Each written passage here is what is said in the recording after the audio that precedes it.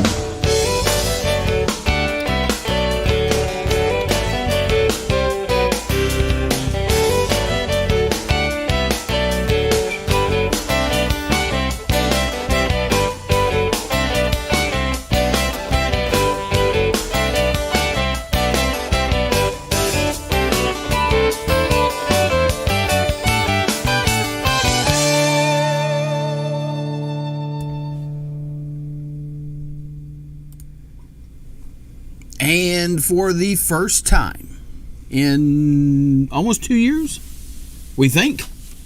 We had a brief moment about a year ago, but Actually, we had a brief moment about a week ago, too. Well, technical difficulties got Right, us in, right. But welcome back to Scenic City Sports Tonight, live from parts unknown. Well, parts unknown, or maybe some famous golf course that some people may know. Yeah, I hope the gallery doesn't come through here in just a second. They wouldn't have been following you anyway. Yeah, I don't know. They wouldn't have been following you. Well, that's Pinehurst behind you, so. Oh, that's okay. That's why we haven't been thrown off the course yet. Another famous course. You know, and Rusty enlightened me of something the other day that I would love to see this, because I've never even heard of this. We know that Myrtle Beach is full of golf courses, but there's a particular golf course there that every hole is a replica of a special hole on a special golf course, and World Tour is what it's called. Well, kudos to them thinking of that, because that's an amazing plan to have come up with, and I hope that plan's working great, because I'll tell you what, in Studio B, Rusty Parkhill. Well, so World Tour is a really cool concept. It has two distinct nines, the Championship 9 and the Open 9. The Open 9 is British Open holes, U.S. Open holes, and then the Championship is other famous U.S. Open holes, Augusta National holes. TPC Sawgrass number 17 is there. Amen Corner, all three of those holes are there. You've got 18 and 1 at St. Andrews. You've got, I think there's one from Troon or Birkdale, I think. I mean, I could look it up and tell you, but it's... No Pebble? There isn't. No, I mean it's kind of hard to. It's hard, unless you got ocean beside you. It's pretty hard to replicate Pebble. But I mean, you think about it though, as if you had an area in California that you could create a course like that and just do holes from Pebble, Spyglass, Spanish Bay, Torrey Pines, all that California swing. You could have some ridiculously cool golf holes out there. Yeah. Well, I mean, I didn't even know that it existed, but that's a tremendous idea. And I think Rusty says it's about $140, $150 to play it or something like that. It's $135 to play. Well, it depends on the time of day. If you get out early enough, you can get out for as little as $99. You can get out as heavy as $170, $180. Well, depending, it's the whole, you know what it is, the whole frequency of play kind of thing. If you go out there and they're packed, it's going to be a whole lot harder to get a tee time. So it's that but situation. Even at $170 to get to play it's worth 18 holes like that. Worth it. I mean, it's been a while, and I haven't run into anybody lately that's played Pebble, but I want to say the last price tag I heard on playing Pebble was $300. I think I want to say it's $375. Yeah, I was going to say it's pushing $4 last time I heard. And I do know somebody that plays it at least once a year. Well, I was told they're trying that they've been trying to keep it below 400 all this time, because they just they feel like that's kind of the threshold of what people will do. Because I think if you play the stadium course at Sawgrass, I think it is it's up to $325, I think, and that's the one they play the Players Championship on. You're going to see the Island Green 17. You're going to see that big anchored 18 where you've got water coming in all on the left hand side. That if you hit even now, is that hole at World? No, that one is not. You do have 17 is actually. I tell you what, while you guys are doing that, I'll look it up real quick, because I'm trying to remember what all. Yeah, I mean that's one of the.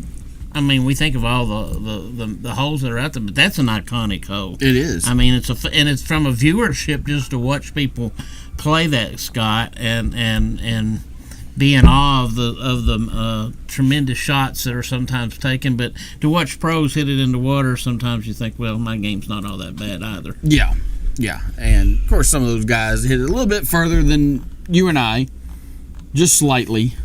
Well, if it's in the water, it's in the water. Okay, so the Open 9 is, let's see, the Open St. Andrews number 1. You have Pinehurst number 2 is number 16, par 5 from Pinehurst number 2. Okay. Number 3 is number 17 from the stadium course at Sawgrass. Number 4 is a par 4, number 12 from Colonial out in Texas. Number 5 is a par 5 inspired by number 15 an English Turn, which is a British Open course. Yeah. Number 6 is par 4 12th from Pine Valley, which is consistently year in, year out the number 1 ranked golf course in the world, not just in the U.S. Let's see. Number 7 is par 3, number 16 at Augusta National. Number 8 is National Golf Club of Canada, number 1.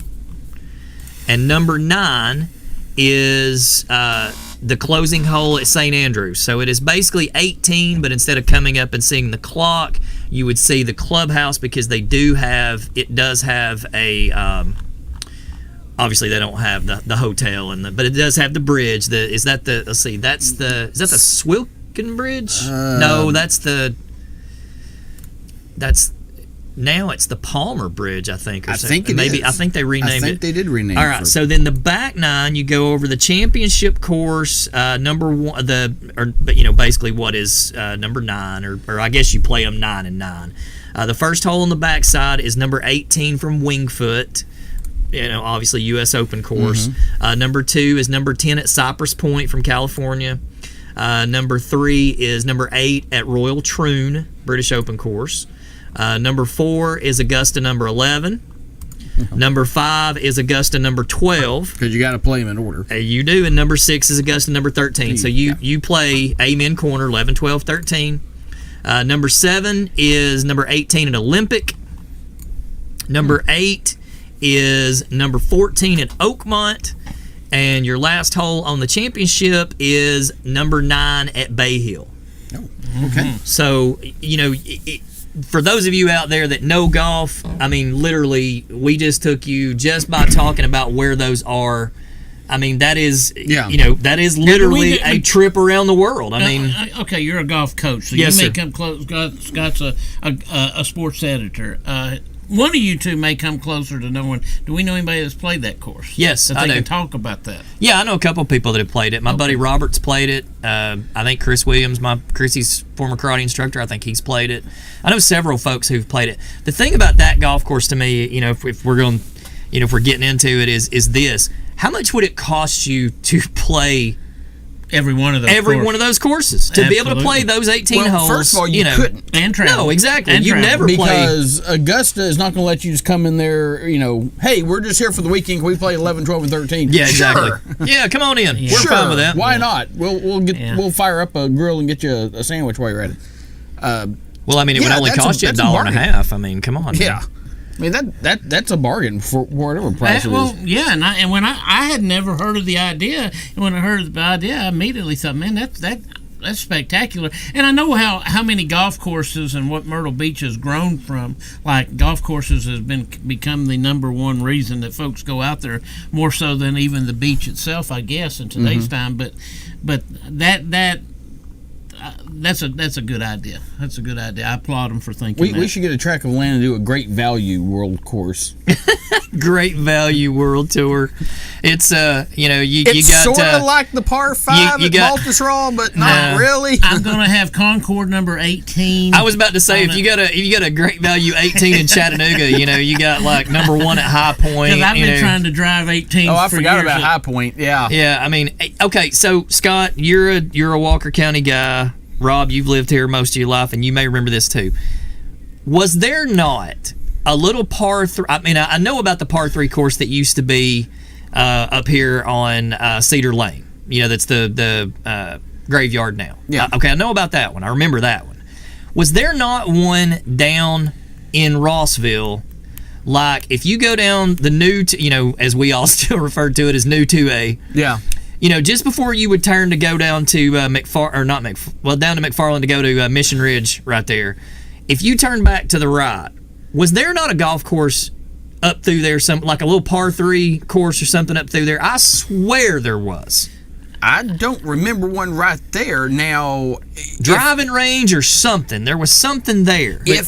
But y'all do remember Eastgate's Part 3. Absolutely. Yeah, okay, which Yes. is now a Walmart. And That one was. I don't know if it's still there or not, but there was a guy in Rock Spring that had opened one on his property with Jones Lake, Part 3. It may still be there. Oh, I forgot about that. Well, and then Yeah. I remember Cherokee Valley. Yeah. Hey, Rusty, and I know you played more golf than maybe everybody else in the room, but at one time, have you ever played a Par 3 at night when the ball lights up?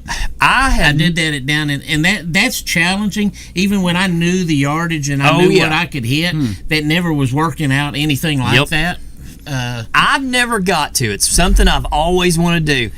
The place that, when we went to Myrtle a couple weeks ago, the place that I went to with the kids to play, they offered twilight golf on their little pitch and putt course. Now, they didn't have the glow-in-the-dark golf balls. What they had was, they just had big-ass lights everywhere where it lit the whole place up. Now, there is a place in Rome, here, in Rome, Georgia, that you can play twilight golf all the way up until, I think 10 p.m. at night. Well, I think there's something you need to think about considerably when you're literally out there in the dark and it's just lit up around the greens and the tees. Those critters that run around out there that you do identify pretty easily by day.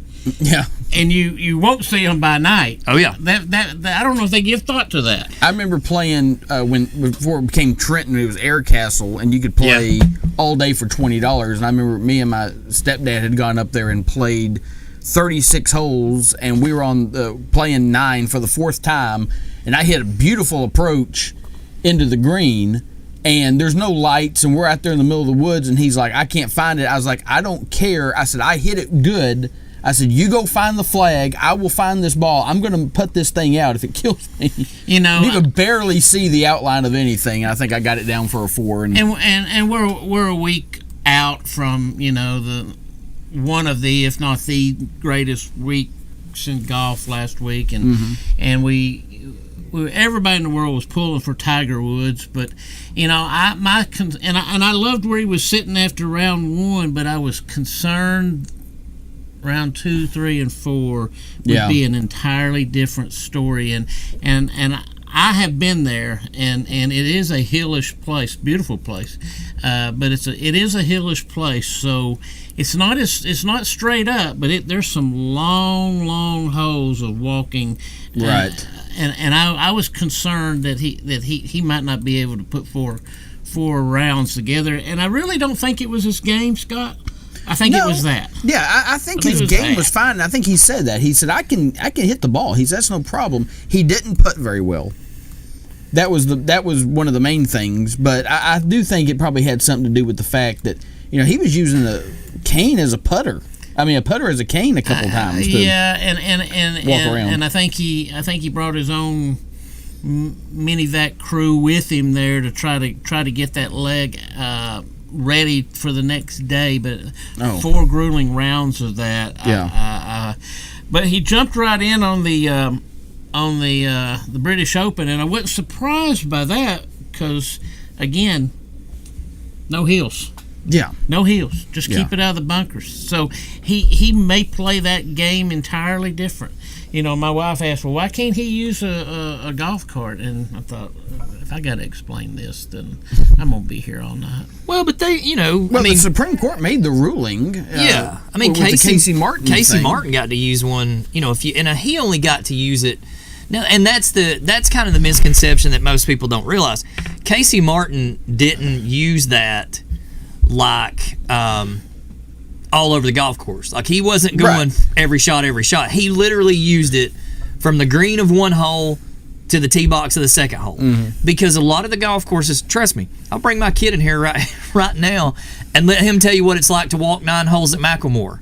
Yeah. There are stretches when you are walking a golf course that, you're talking 500 to 1,000 yards just from the one green to the next tee box.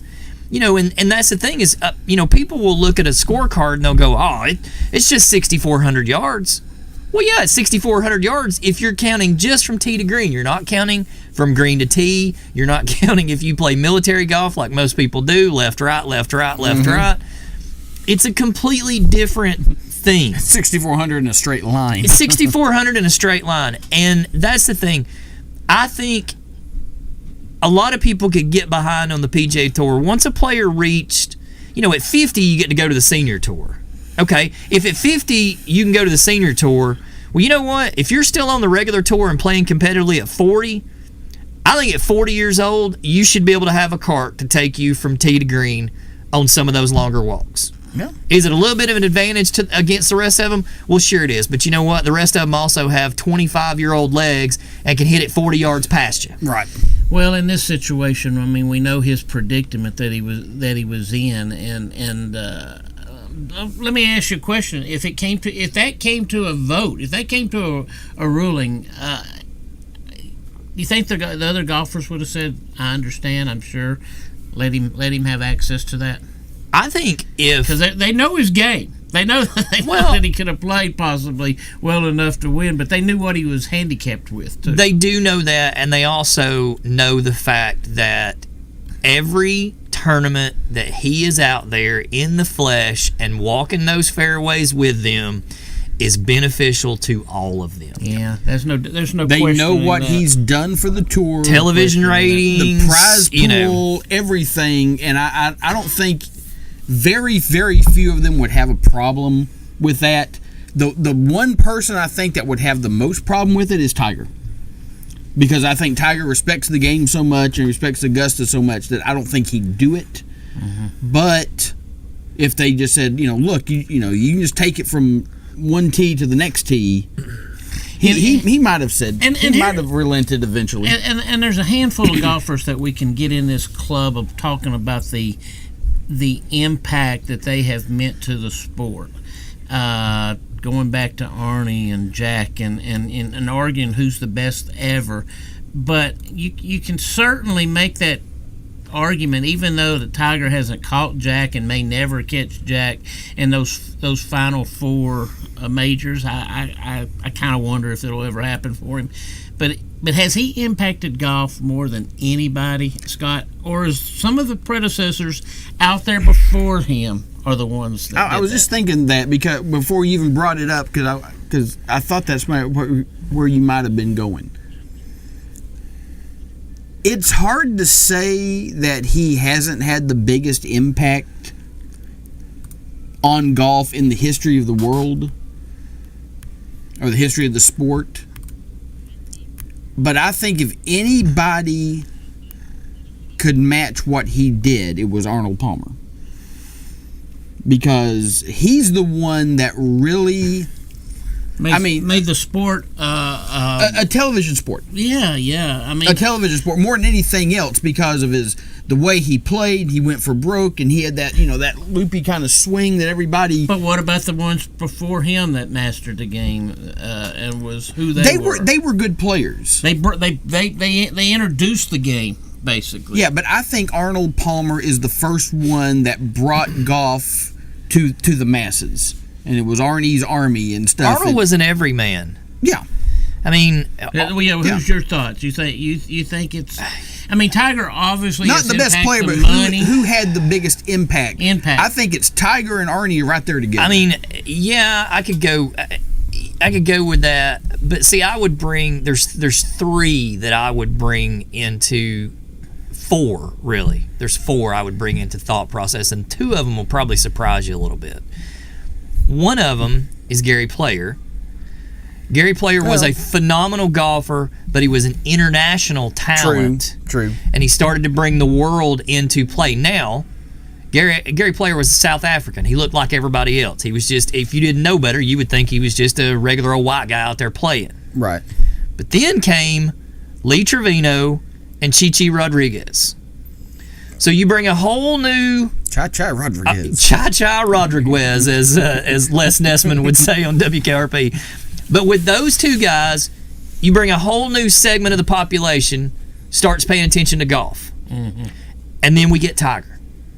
And Tiger brings another entirely different segment. Not that African Americans didn't play golf before Tiger, but you know what? After Tiger, everybody thought about it. Everybody said, that's something I can do. That's a game I can play. Yeah. But the guys right now that are 25 years of age, winning a major at any level, or even placing major, and the amount of money that they get to pocket leaving that course is night and day compared to all those others. Yeah. And we know what Tiger's economical impact has been to the game, and it's almost been twice what anybody else's. But is that enough to say he's impacted the game more than anybody? Because you're reaching back in time and talking about how Arnie, and I agree with you. But how do you not mention Jack? Or was Jack just a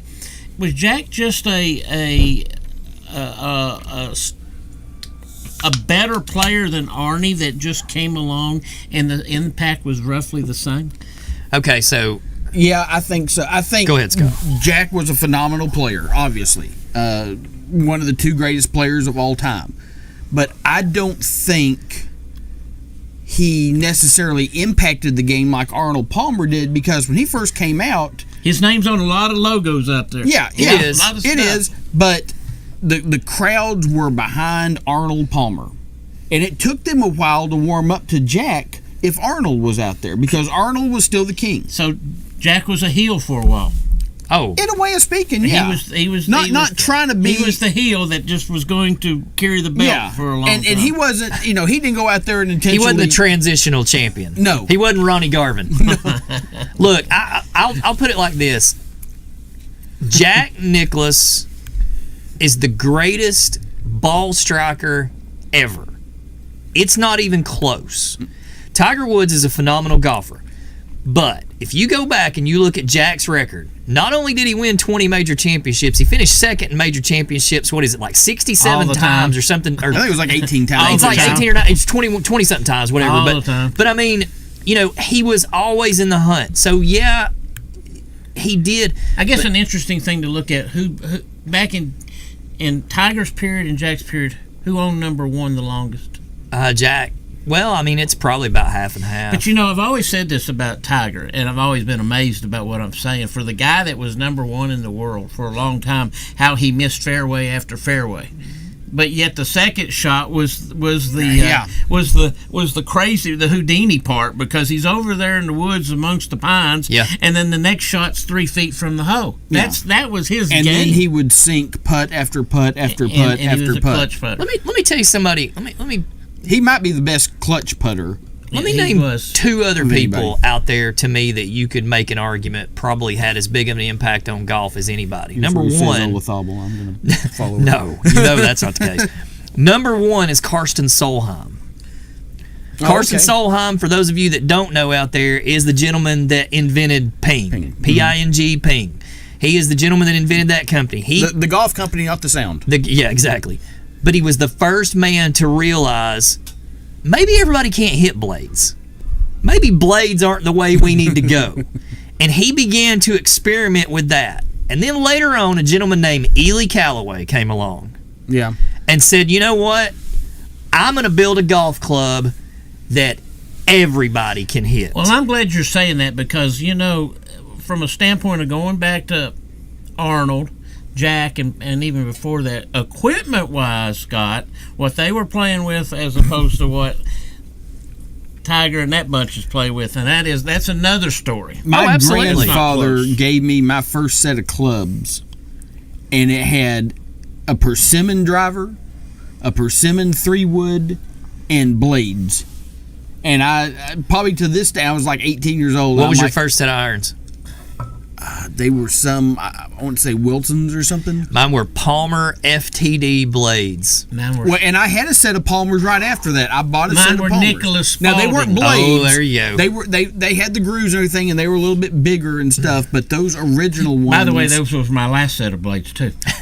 Yeah, I say to this day, if I had learned to play with a more forgiving set of clubs, I'd be a much better player. I think everybody would. Than I would, but I didn't practice enough.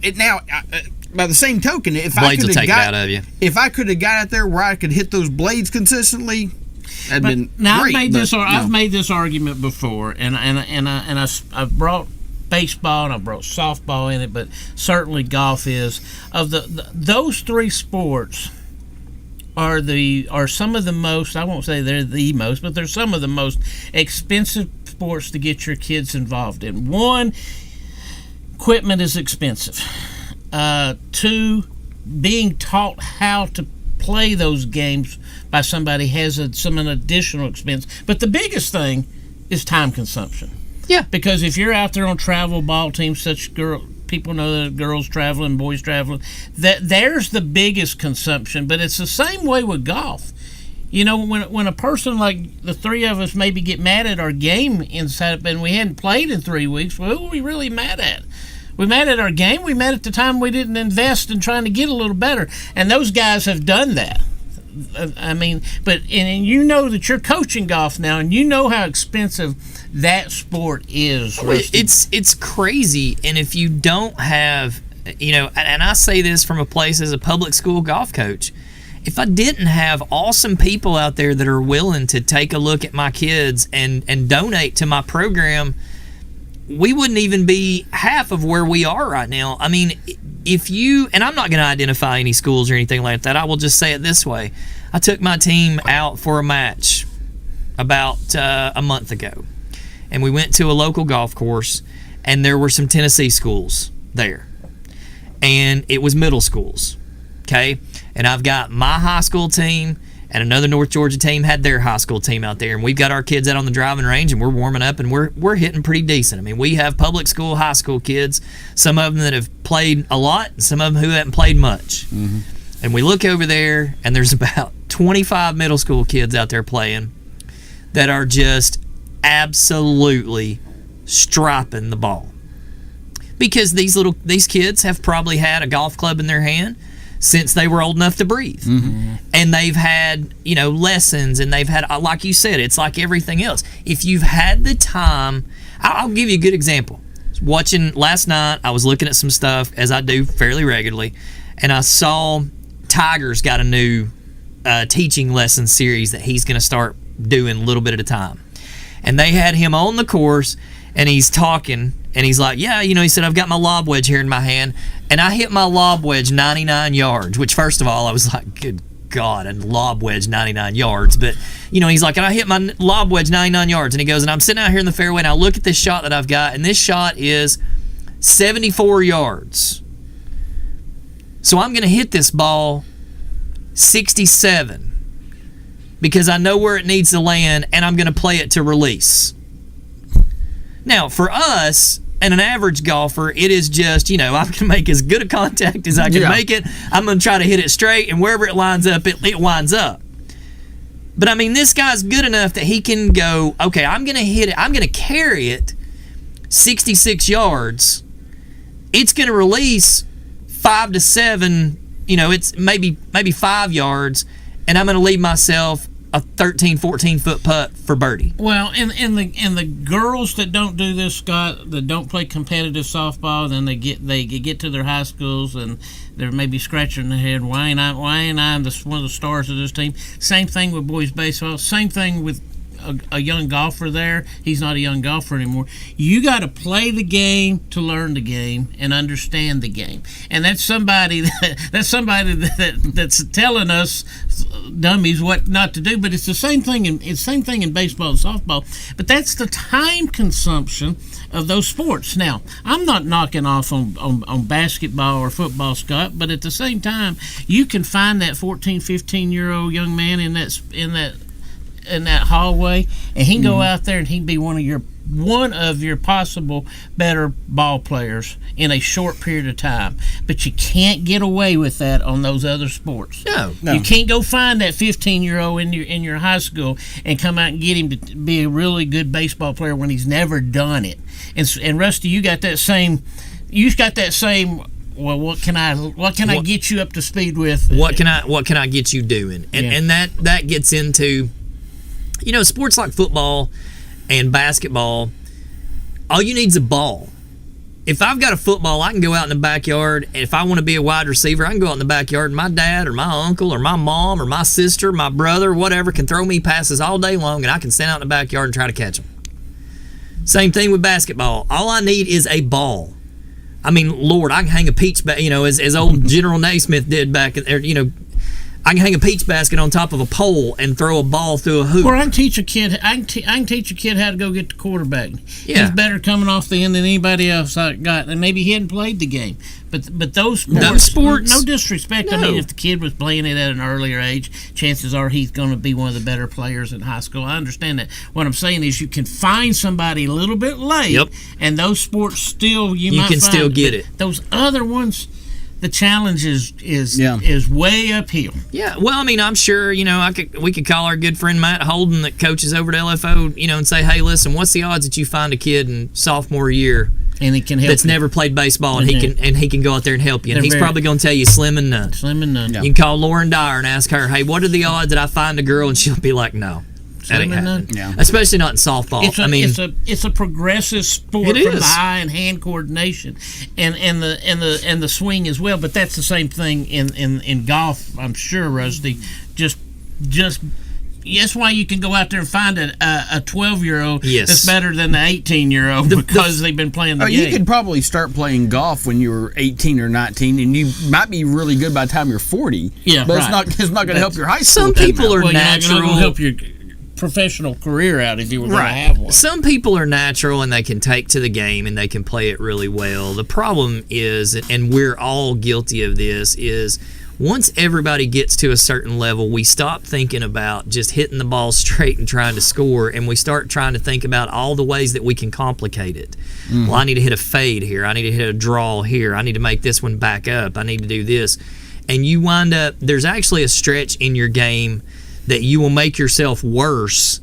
You're really getting better, but you'll make yourself worse for a long time because you're convinced that you can do these things. Yeah. And maybe you can or maybe you can't. But if you're not like Tiger Woods and out there hitting 1,000 balls a day, these are not skills that you're going to keep in your toolbox at all time because, muscle memory is 300 times you got to repeat a motion for your body to accept it. I thought it was like 10,000. Is it that many? I thought it was at 300 your body starts to accept it. But I'm thinking 10. It's 10,000 hours to become an expert at something. These are sports that are just. I mean, it's just like, it's just like our good friend Buddy Gross is a professional fisherman. Buddy Gross didn't become a professional fisherman until he was into his 40s. And that's right. And every time he wins a $100,000 tournament, we try to put him on the spot. Tell us the secret. Yeah. Tell us the secret. Well, perseverance, not giving up. Yeah. I mean, and on that same vein, I don't want to completely go off this train of thought because this is a great conversation. But have you seen the new guy for the Cleveland Guardians? It's going to take me a while to get used to that. But the new rookie this year. Oh yeah. I saw a thing him talking about how many hours he spent. Like he carries a base, a bag around with him all the time. On a flight this past week, he bought a ticket for his base to sit in the seat beside him on the plane. That's how serious this guy takes. Okay, that's well and good. That's not get him any better. No, it's not. And I agree with that. But it just tells you how much it's like sleeping with the football. Just how much involved he is into the game. And again, and I can appreciate that. I can appreciate that. And I've said this. It is a big challenge, Scott, and I was part of this, but I wouldn't change it for the world. In all the traveling of ball, and I know the girls go from coast to coast with it. Some of those things, but those are the young men and the young ladies that have really, really, really devoted themselves to the sports, and those are the ones. Not all of them. No, they get drafted if they're Major League Baseball players. Unfortunately, girls have a ceiling.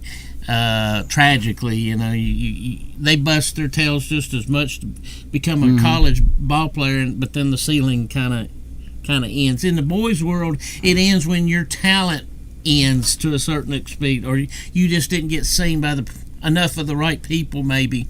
But there's a big ceiling called the major leagues in baseball. I'm just wondering if you get frequent flyer miles for having the base. Having the base. Well, I mean, you bought the ticket. Why wouldn't you? I mean, it should be your frequent flyer miles. And I brought this up. I brought this up a year ago, Scott. And I really think, strategically, in certain towns, and maybe some of them more so would be through the South and the Southwest, and maybe even out in California. But I really think a professional softball league, girls softball, women's softball league, could be successful. And we've had 2 or 3. You see how important it is, big time college softball. Yeah.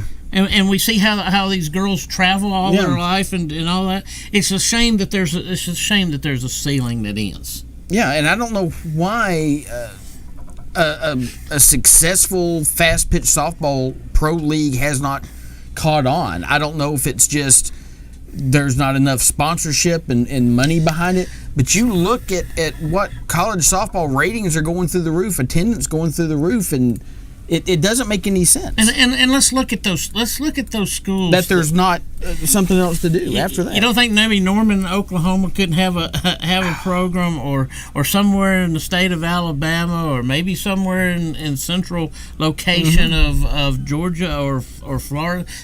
Those are just strategically. California, I think would support it to a certain degree. And again, you're not building a stadium that's 40,000 people necessarily. You're building 15, 17, and you hope to get that.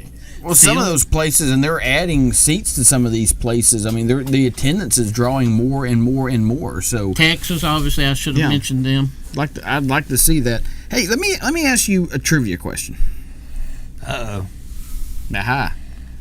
Super Bowl I, okay, 1967, was the first time that 2 competing networks, and I believe I want to say it was ABC and NBC, both broadcast a major sporting event on the same time, 2 different channels. Same time, same event. Same time, same event. First time it was Super Bowl I. Who won? You're asking who won the ratings? Well, no. When's the second time that it happened? Is this a sporting event or just period? Yes, this is a sporting event. So that was one. So we're not going to come back and say Super Bowl again. 1967. So you're letting us off the hook. When's the second time? The second sporting event, major sporting event, or involving a major sport, let's put it that way, that had 2 competing networks simulcasting it at the same time. Well, it had been a long time ago, obviously. Well, I would have said the Tonight Show and Jimmy Kimmel Live, a couple of weeks ago, but obviously you were going sports. So, yeah, I'm going sports. Because and we'd they have did to go simulcast. Back a long ways because they wouldn't do that in today's world. Mm-hmm. Is it possibly anything to do with boxing? It would not. No boxing. All right. No boxing. Is it? Would it be Olympics? Would not be no Olympics. Okay. Not Olympics. No Olympics. All right. But baseball. that's a long stretch. Would it be baseball? It would not be baseball. No baseball. Okay. Wow. I will tell you, it was a football game. So now we're thinking possibly a big time bowl game. That or USFL, something like that. I'll give you one more hint. Okay. Rose Bowl. It was yesterday. Was it the USFL? It was the USFL game. What were they? They were on what? Fox and NBC. And I saw that. Really? Yes. I saw that. First time since Super Bowl I that 2 major networks aired the same game at the same time. Yeah, I saw that. Huh. Now, the game yesterday, and I bring it up because that was the game last night. Birmingham over New Jersey. Came back. The Stallions beats the Generals 28-24. 3 million fans. 3 million fans watched the game, and over 3.5 million streamed it in some form or fashion. Now, if you haven't heard, the USFL is back. First time in nearly 40 years. All the games are being played in Birmingham. So even though you've got teams like the New Orleans Breakers and the Tampa Bay Bandits and Houston Gamblers, all the games are being played in Birmingham. Boys, I'm thinking road trip. Do you know how much tickets are? $10. Well, I noticed they weren't I'd be totally down. packed. $10 for adults, and I think they might have a deal because they were playing 3 games today. They had a triple header. I think one ticket might get you in for all 3.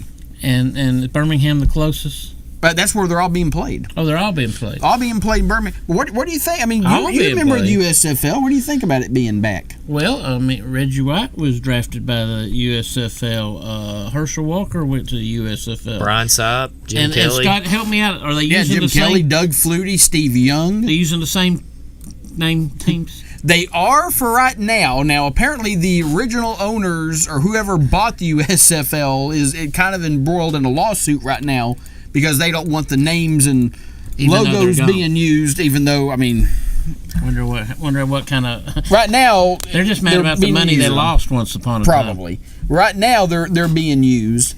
But I mean, is this sustainable? And then keep in mind, next year the XFL returns with The Rock owning it.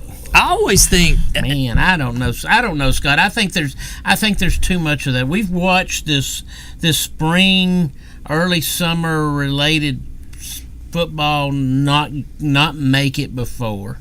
We know it can't go up against the NFL. That's suicide. Yeah, We know and it they're not can't go going up to. against college football. There's no room there. And they're not going But we to. keep seeing it not work in the spring of day, and I don't think that's just always the reason. I think bottom line is there's a lack of funds. But the NFL is kind of behind it in a way because they're experimenting with some rules changes and stuff that the NFL has asked them to. That's how it could survive. Yeah. That's how it could. That's the money bank that keeps it going. Absolutely, but y'all keep talking. I really hope it sticks around. Now, can it survive the USFL and the XFL together? I don't know, but I think I'm enjoying it. And the action that I saw yesterday in the games, and it was a close game. There was a really, really great crowd there. I don't know if it was a sellout, but there were fans on both sides of the stadium and in the end zones. let me ask this. And it came down, I think, to one of the final plays. Only of the game. because I meant to. This is not sports related, but this is music related. I'm gonna ask over there in one of my cliche voices. Let me get it. Hey, you, music lover. What band has never had a top 1 but has the most top 2 single hits without ever getting a top 1? Never had a 1, but has Had the the most most 2s. Music lover. By the way, who was that? Uh, That was Doc Holliday. Oh, okay. I would. Oh yeah, yeah. Thank y'all for not paying attention. Maybe.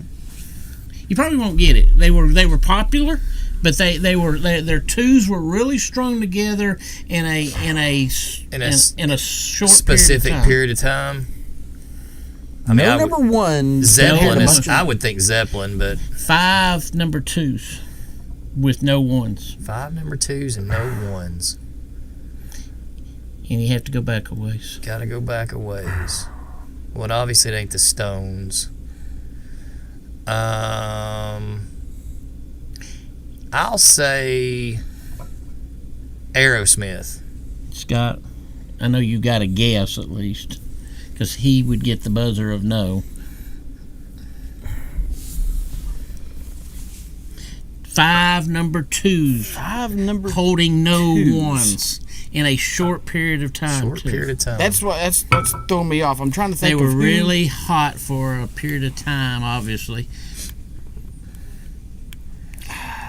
I'll take you back to the late 60s. I thought. Yeah, I was thinking it might be even further Late back than I was 60s. thinking. Oh And man. into the early 70s for their hits. Rock. I'm assuming. Late 60s to early 70s, they were strong and had a lot of, obviously, but never got a 1. Always somebody. That's always Creedence is took- somebody that would come to mind, but BTO. Really? Blackman Turner Overdrive. Wow. All time. I wouldn't have got to them. Oh, Wow. Well, and they were Yeah. what, 68, 9? Yeah. 77? I was thinking like I was Jefferson thinking they were Airplane more or somebody. Oh no, they around had there. several. But anyway, I Wow. figured music lover over Yeah. there. That's really yeah. See, now you can stump your class. Now for I can extra stump points. I love doing stuff like that. I tell them all the time, I'm like, I'm giving you stuff that years from now you're gonna thank me because I gave you good trivia questions. I bet they ain't seen nothing yet. Yeah, That's there you right. Go. There we go. There you go. You may tell y'all and I think You'll be taking care of business if you give them that. that's trivia right. question. My favorite See, trivia. now all of a sudden he knows the See, band. now he knows the band. Of course, I got their He greatest knows hits that. album at the house. I promise you. I know the yeah, band. you're an expert. Well, with it. I'll give you my favorite, and this one's sports trivia / presidential trivia at the same time.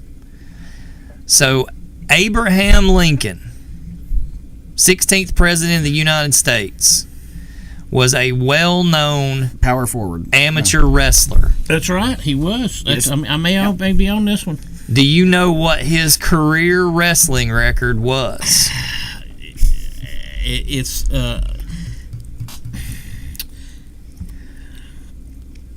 this is going to be off base, I think. He was 101 and 0. It was 301. 300 amateur wrestling Well, who's matches. which congressman is he continuing to beat up on? I don't- As he. I don't know. So 300 wins and 1 loss. 300 wins and 1 loss is what is believed to be his career record as a wrestler. He was lost a the TV title to he Ronnie was Garvin. that's right. He was a scrapper. And you know, my favorite when I gave the kids in class the other day was that Theodore Roosevelt, while president of the United States, used to hold bare knuckle boxing matches in Yes. the White House. Yes, he did. And had to stop because somebody damn near broke his orbital rim on his eye, and he would have went blind if they'd have snapped it. And you know they brought bare knuckle boxing back. You can Oh, watch yeah. it on Roku. Paige Van Zant Yeah. bare knuckle boxes. I'm like, Yeah. good lord, man. I mean, I so Who was Lincoln wrestling? That's what I want well, to know. it's. I mean, I'm guessing. You know. Grant Obviously, and Lee. you're not. Yeah, you're not talking any kind of wrestling federation or anything back then. I mean, I'm sure he's just going town to town, and because I mean, you know, you think about it. 1840s, 50s, and 60s. I mean, there wasn't like high school rivalries or anything like that. I mean, Are these like these down the road stories that Flair and them tell in their early days? I guess. I mean, you know, well, I We mean, wrestled all night. Flair probably Yeah. wrestled Lincoln. Who knows? I mean, all night for $1. Cornelius Vanderbilt was a big time bare knuckle boxer back in the day. You know, in between, you know, when he started becoming a shipping magnate back in the late 1800s before the Civil War, he was known to, you know, they'd pull in port and hell, him and a bunch of the guys would get off the boat and just beat the hell out of each other. I mean, you know, put money on who was going to win. First rule. A Fight Club. That's right. I mean, you know, you don't think about. That's the funny thing about a lot of that is you Did don't. they ever enter that tournament that Sean Van Damme got into that Yeah, time? Jean-Claude Van Jean-Claude. or as my friend Mark calls him, Jean Claude. Yeah, whatever his name was, where he against Tung Po. Okay, I've got it. We need to remake Bloodsport, Bloodsport. but Abraham Lincoln. I mean, they made He it. wins it. They made an Abraham Lincoln vampire hunter movie.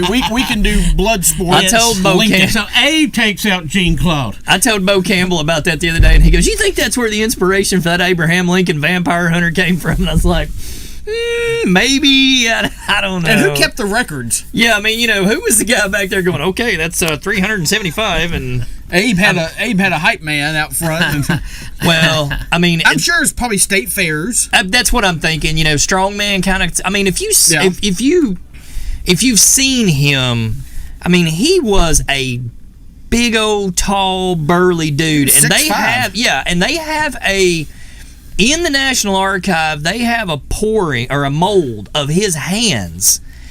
And they did them on a day after he had I think it was after his second inaugural. They were basically doing the molds for the Lincoln. It wasn't for the Lincoln Memorial. They were doing them for something else. But they wound up eventually using them for the Lincoln Memorial. But he had shook hands like all day long. So you think about it. I mean, you shake hands all day long. I mean, your hands are going to be a little sweaty and swollen, Cramp, and that dude had mitts. I mean, you know, I kid about it. You know, Jonathan, when he was little, had those little Hulk hands that you could buy like in the toy department. But I mean, I'm telling you, man, Abe Lincoln had Hulk hands. That dude had some. He had some mitts. When they measured him at the presidential draft combine, That's right, presidential they draft were combine. huge. They were much bigger than Kenny Pickett's. He could have played another position besides Well, you what know, he did. and then- He would have made a great quarterback. I mean, he was 6'5" and huge hands. That's all. I tell kids stuff like that all the time. Like which presidents would have made good athletes? George Washington in his day would have been a friggin' all-star NBA player. He was like 6'3", weighed about 212, something like that, and was unbelievably athletic. I mean, they didn't have, obviously, you know. And then the other end of that spectrum, We need to come up with that. We need to make make a football team. Our all presidential football team. I'm putting Taft at defensive tackle.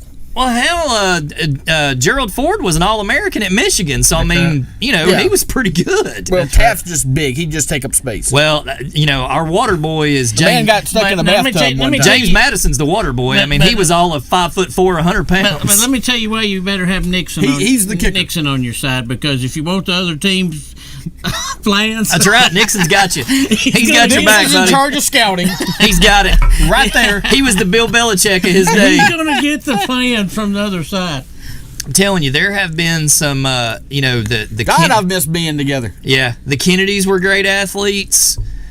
You know, actually Franklin Roosevelt was a pretty decent athlete before polio. Yeah, Reagan was a good Reagan athlete. was a good athlete. The Bushes, you know, Bush Senior was Bush Senior was just a badass. I don't care what anybody says. And then Bush Junior he played baseball at Yale. And when he was there. And then I was trying to think. I mean, there's several that were pretty outstanding athletes in their time. So, you know, and I mean, there's other ones that I just wouldn't have messed with. I mean, you know, I think you're tied. Actually, probably your presidential middle linebacker would be Ulysses S. Grant.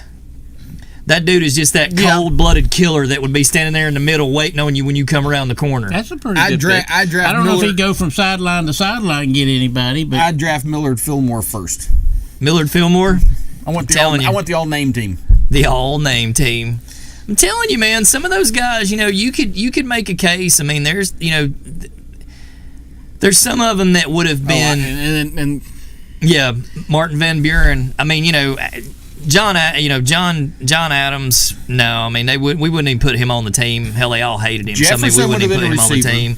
Jefferson would have been a good receiver because there was other Jeffersons. Well, he was tall and lanky. Washington would have been a good receiver. Washington probably would have been our quarterback. I mean, tall, athletic. He'd probably been your quarterback. You'd probably have. No, I think Lincoln would have been the quarterback. 6'5", can see over the field with those big that's true. That's true. I want Washington up front. Washington. Oh man, I want him at center. I want him tight end. I want him at center and you know being the leader of that line up front.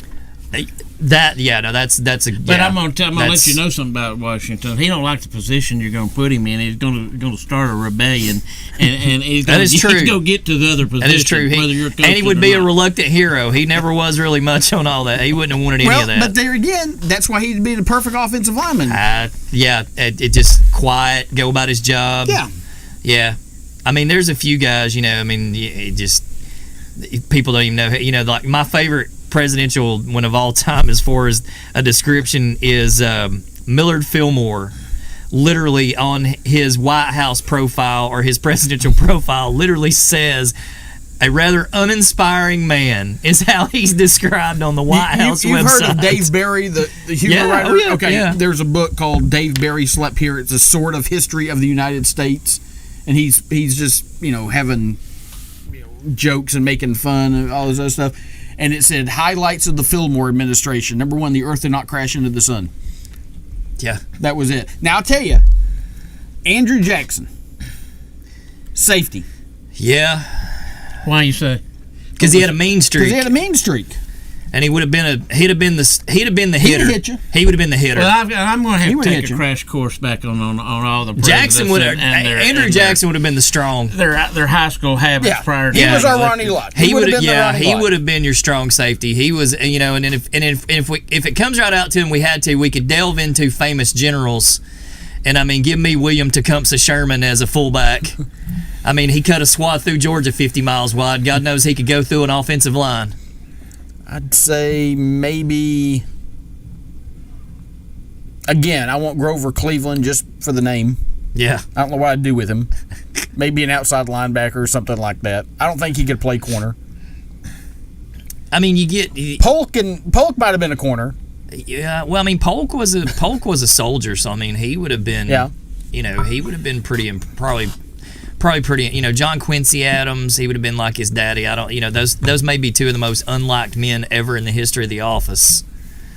But, hell, I think Obama would have probably been a pretty good tight end or receiver himself. I mean, well, he liked to play basketball. Yeah, that's what I'm saying. I mean, he probably would have been a pretty decent athletic. I think, like I said, I think both of the Bushes would have been, especially if you're getting them in their prime. Both of the Bushes would have been really good athletes.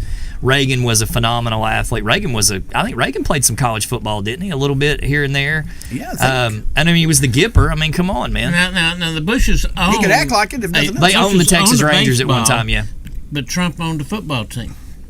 Yeah, the New Jersey Generals. Didn't go long, but he owned it for a while. Didn't last very long within that. But, I mean, there are, Eisenhower would have been a hell of an athlete. I'm going to imagine. I bet he would have. That he would have. I mean, I don't know about Truman. I don't think Truman would have been much of an athlete. But, I mean, like I said, the Kennedys were good athletes. They were any of the ones that had military service, they had to have been pretty legit. Done something athletically. Had to have done something athletically. That's definitely something we got to think about. People watching our show for the first time.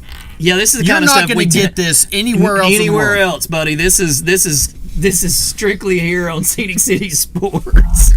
I can't wait to get home with my wife. What did you talk about tonight? We put together a football team made up of U.S. presidents. I'm telling you, I think we need to get a panel. So I think we need you and Rob to do the sports aspect of it. I'll get my friend Matt Scantlin, who also teaches U.S. history. We can do the historical aspects of it.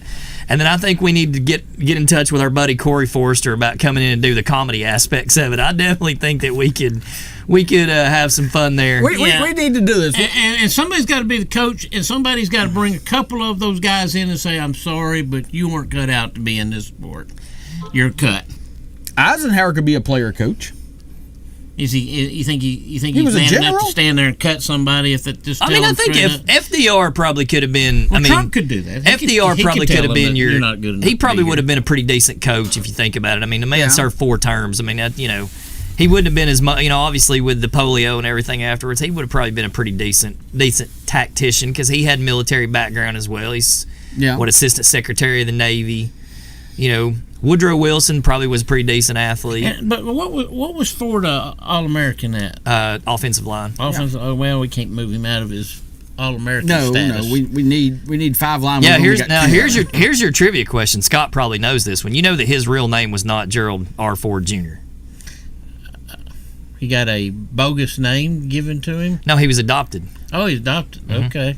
His birth name was Leslie Lynch King Jr.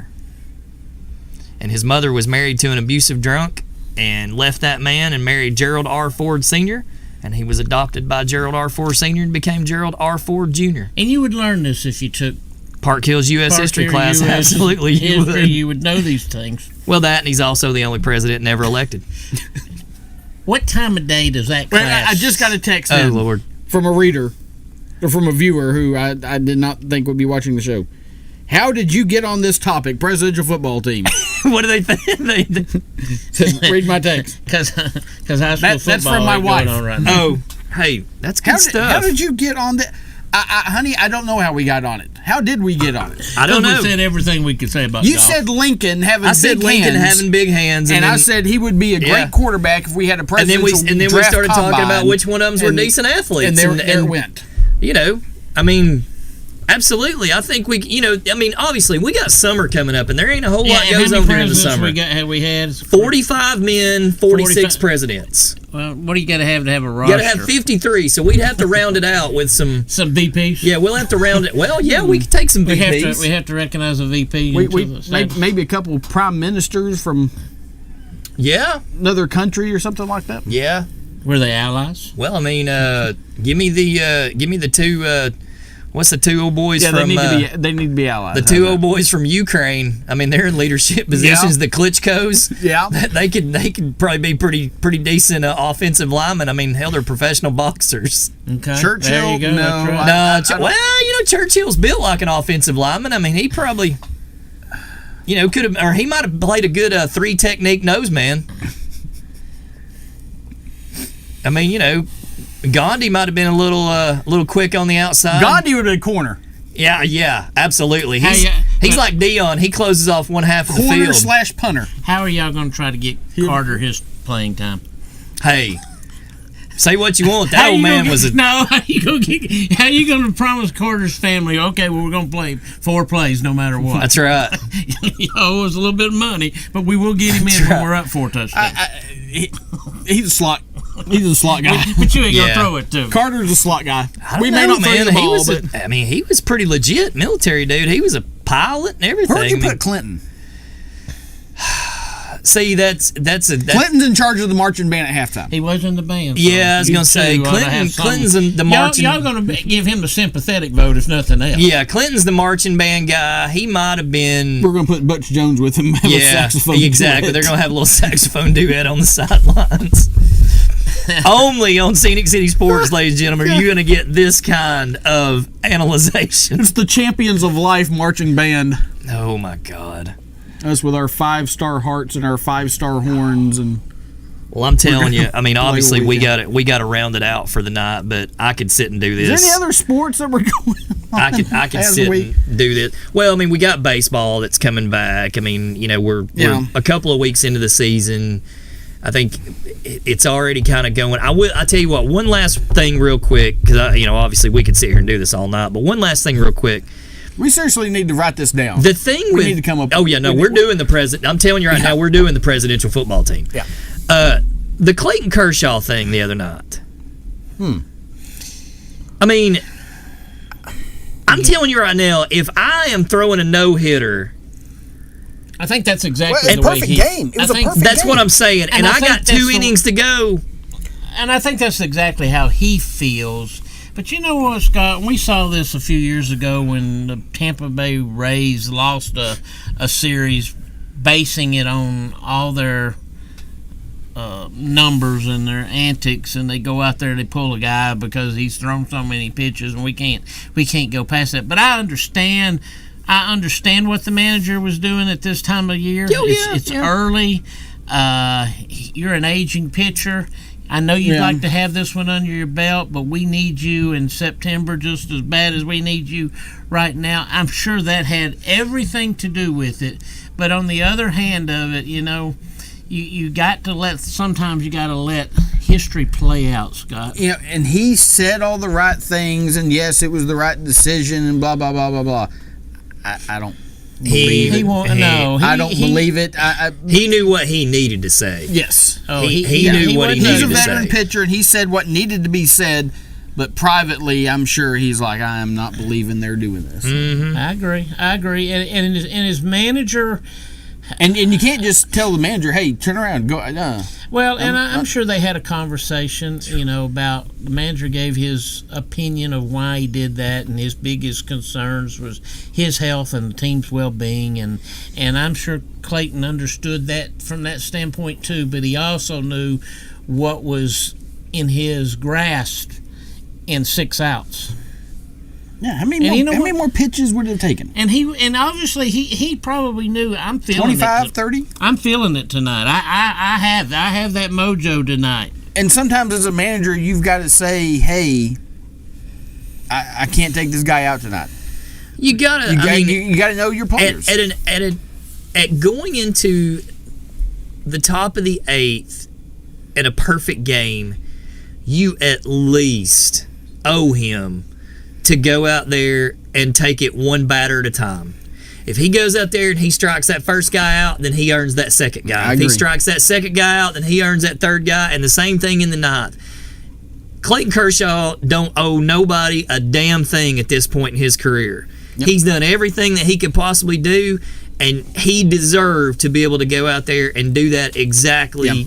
I mean, I agree with you. Yeah, I mean, I'm if telling you, he walks the first guy, gives him a hit, then you take his butt out. But I mean, you've this ain't some Joe Schmo Peckerwood that come up from minor league ball and ain't done nothing.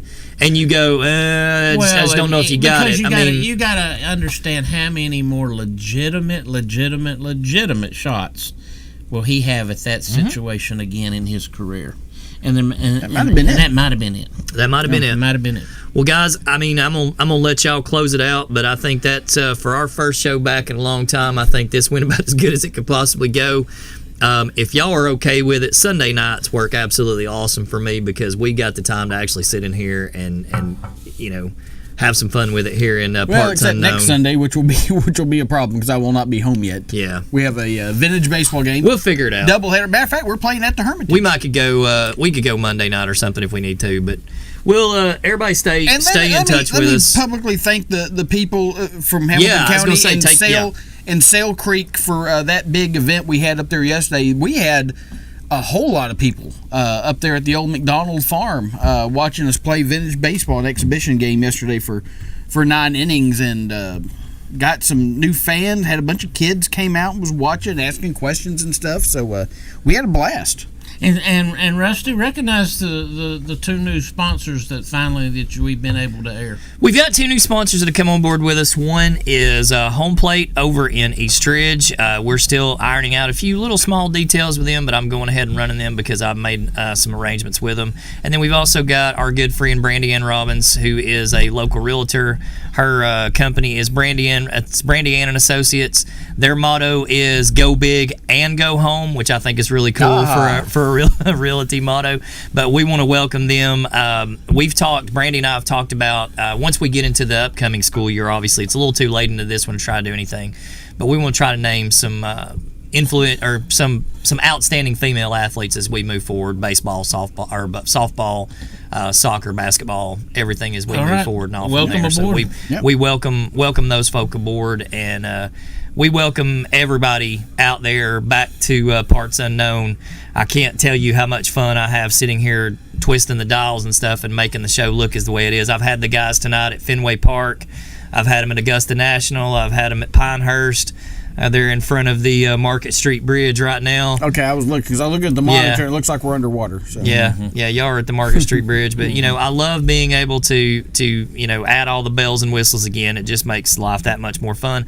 Also, if those of you out there, if you check the site and we show you each week where we're going to be broadcasting, we are now available on YouTube, and as a result of that, if you're on YouTube, you can pick us up there on your smart TV. We are also on Twitter at the same time. We're basically simulcasting right now on 3 platforms at the same time, and my kids tell me that we need to add Twitch to that, so we'll figure that out. Yep. I may add a couple more. I think I can broadcast to 6 at the same time, so we'll probably add 3 more. Snapgram, InstaChat, everything. Yeah, all those different things, whatever they are particularly. But thank y'all for coming on board with us tonight. MySpace right now, too. That's right. Man. Yeah, MySpace. We're big on that, and LinkedIn.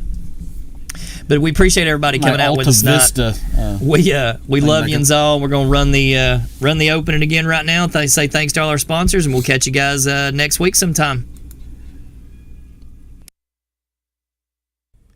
The views and opinions expressed on this show are those of its host and owners and in no way represent the views of the people, institutions, or organizations that Scenic City Sports is involved with in a professional or personal capacity. Thanks for watching and enjoy the show.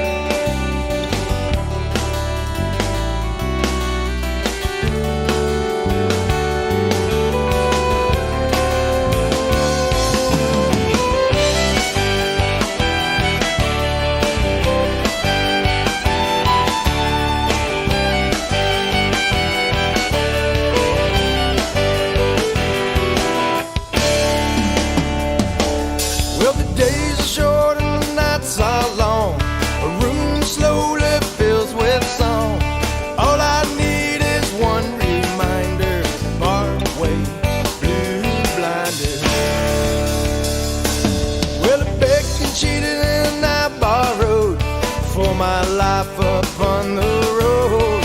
I'm still looking for some gold at the end of my rainbow.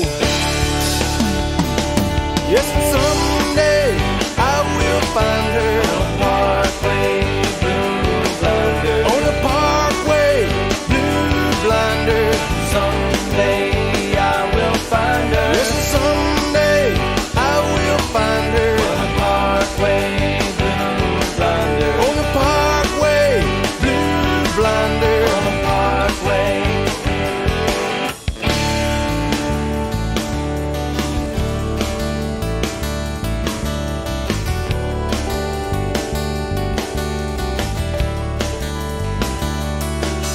On a parkway, on an autumn day. Yes, and leaves fall like confetti in a New York parade. On the parkway, on an autumn day. Yes, and leaves fall like confetti in a New York parade.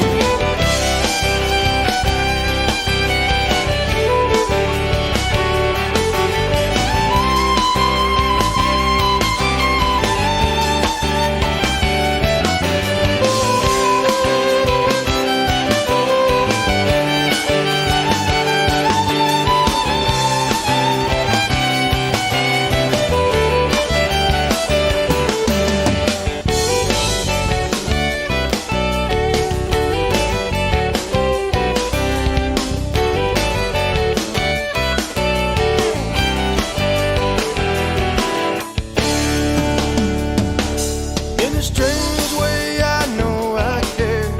You and me in truth or dare. So into my love's eyes I stare.